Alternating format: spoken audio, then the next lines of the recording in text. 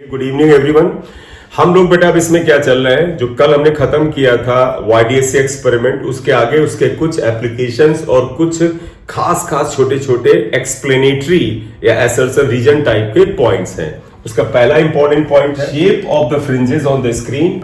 ये स्क्रीन अगर है, ये S1 S2 सोर्स होते थे और ये S होता था और हम यहाँ पर पैटर्न पाते थे।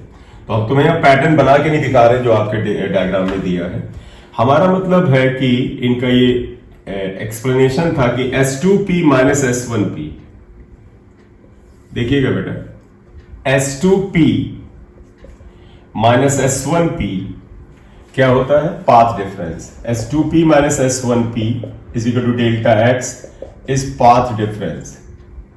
ये पाथ डिफरेंस होता है। तो पता है फॉर कॉन्स्ट्रक्टिव इंटरफेरेंस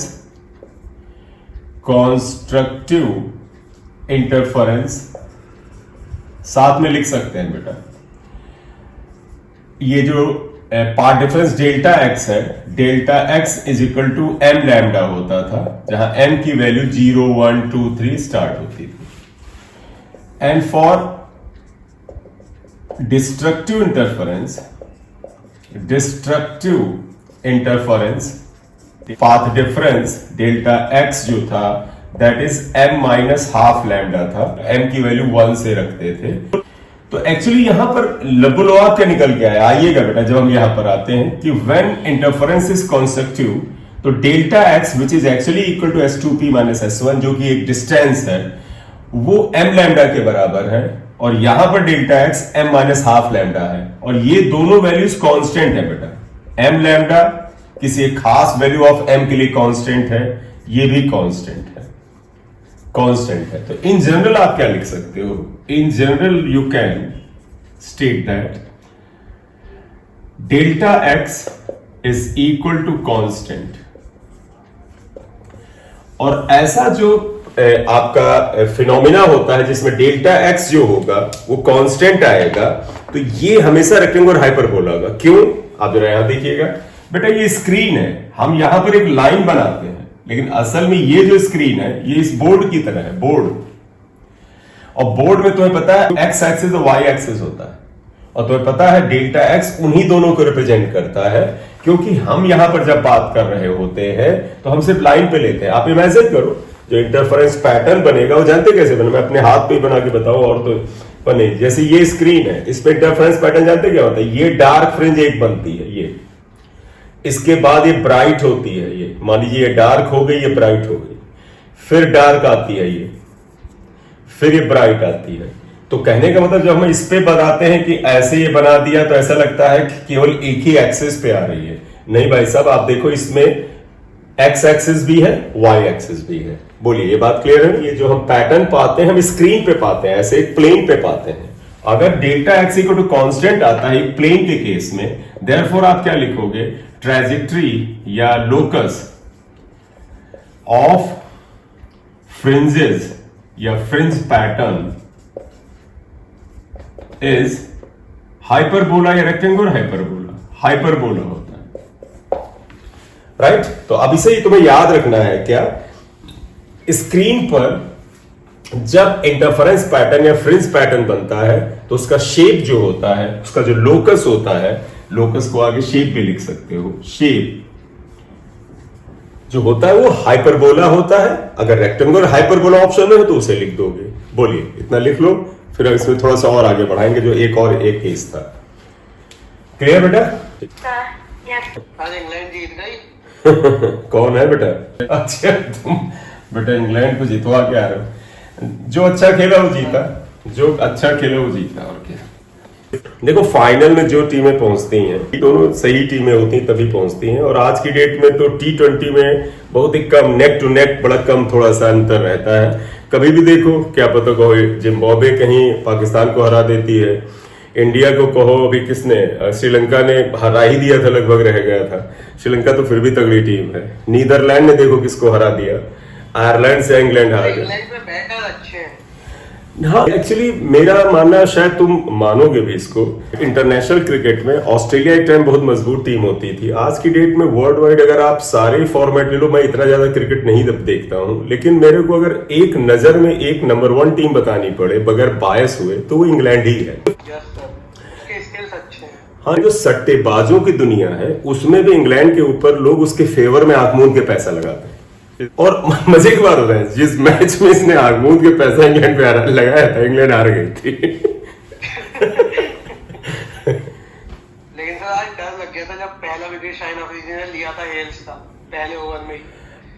एक्चुअली देखो, पाकिस्तान इस वर्ल्ड कप में तो सबसे तगड़ा बॉलिंग लाइनअप था ही, तो ये भी था कि ऐसा तो है नहीं कि पाकिस्तान उनके 4-5 विकेट नहीं गिराएगा। तो इतना तो अंदाजा था कि 4-5 विकेट तो गिराएगा पाकिस्तान। अब वो किस टाइम पे गिराएगा? अगर इंडिया ने इंग्लैंड के 2 ही विकेट किसी भी टाइम निकाल दिए होते, तो इंग्लैंड का ना मैच इंडिया से क्या होता, आखिरी ओवर की 2-3 लास्ट बॉल तक जाता। मैच तो यार T20 फाइनल का मुझे एक तरफा होना भी नहीं चाहिए, मैच तो अच्छा फंसना चाहिए। वापस आओ, बेचारे पाकिस्तानी जो दर्शक थे वो परेशान हो गए। टीवी खरीदेंगे अपना। पता नहीं, वो भी फेक बताते कौन टीवी फोड़ता है यार, अपनी गुस्सा निकालता है, टीवी कौन फोड़ता है। किसी एक आदमी ने कभी फोड़ दिया होगा गुस्से में, अलग बात है। वो देखिएगा, फाइनल इसका कंक्लूजन क्या आया था बेटा, कि इंटरफेरेंस पैटर्न में जो फ्रिंजेस बनती हैं उनका शेप जो होता है वो रेक्टेंगुलर हाइपरबोला होता है। और वो शेप मैं तुम्हें दिखला भी दूं कि स्क्रीन के ऊपर ऐसे शेप की लाइन आएगी, जैसे ये आप मान ली ये आए।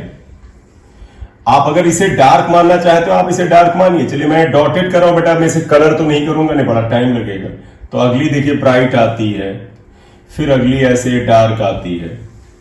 डार्क को मैं ये ऐसे शेड कर रहा हूं, तो इंटरफेरेंस पैटर्न ऐसे बनेगा, dark bright and so on. और ये शेप जो है ये बेटा हाइपरबोला है, तो इस टाइप का शेप बनेगा हाइपरबोलिक।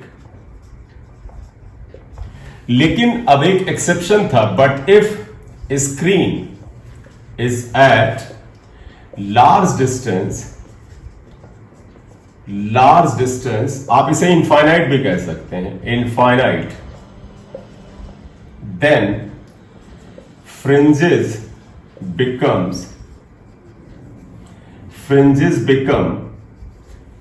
straight line, तब ये स्ट्रेट लाइन हो जाती है।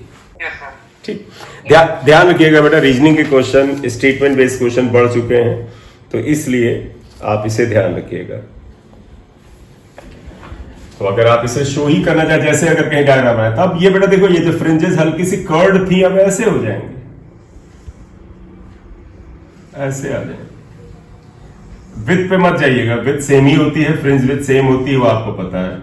ये डार्क हो गई, ये ब्राइट, ये डार्क, अब ऐसे स्ट्रेट लाइन हो जाएंगे, स्ट्रेट लाइन। बेटा एक्चुअली लाइन इसलिए बोलते हैं, ये फ्रिंजेस इतनी वाइड नहीं होती हैं, बड़ी पतली होती हैं। लिख लिए, इसे बना भी सकते हैं। This is a kind of note, एक रीजनिंग का क्वेश्चन हो सकता है। वो क्या है, आई एम रिपीटिंग, बट आप देखिएगा मैं ऐसे इसको कैसे बना रहा हूं, डायग्राम को ऊपर नीचे बना देता हूं। देखिए ये बेटा स्क्रीन आया, अगर आप ले, ये स्क्रीन है, इस पे ये स्लिट है और एक ये स्लिट है। और अगर आप सोर्स को ये रखते हैं, this is the main source, ये स्लिट S1, ये स्लिट S2 और ये इधर है।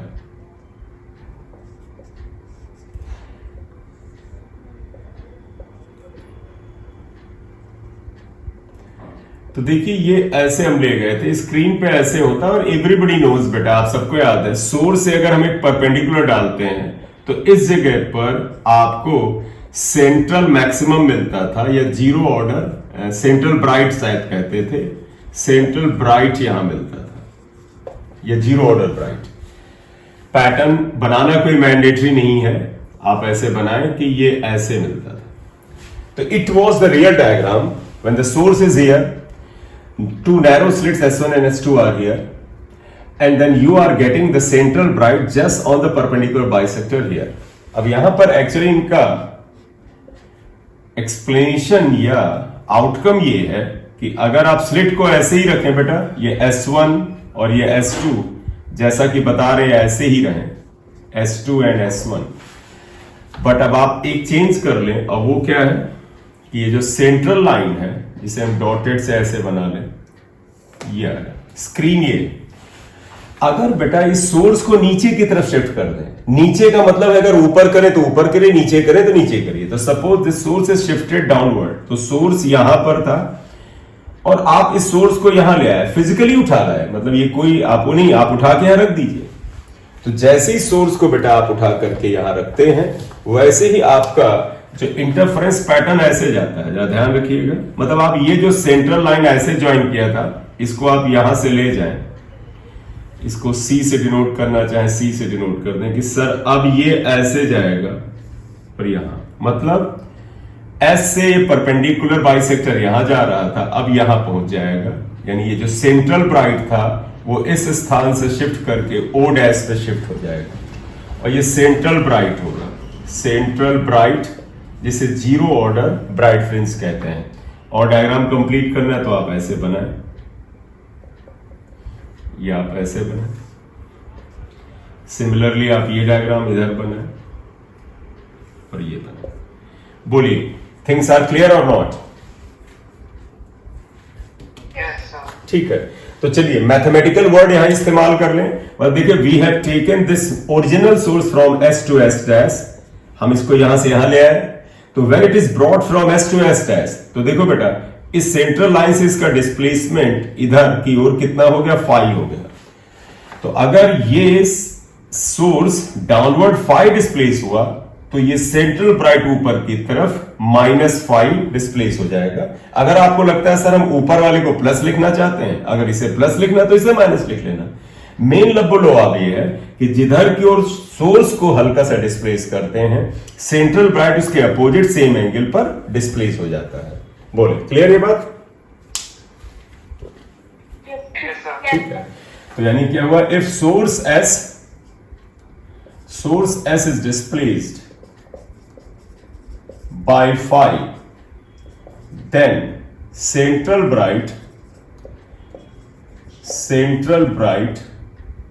जिसे O से लिखते हैं is displaced by phi in opposite direction। Clear बेटा? Yes sir. चलिए स्टेटमेंट को मैं फिर बोल दूं, if the source edge is displaced by phi, देखो सोर्स को यहां से यहां तक डिस्प्लेस किया गया फाई से, देन सेंट्रल ब्राइट यहां पर था पहले, it is displaced by the same angle phi in opposite direction, it will displace on the other side by the same angle. Clear?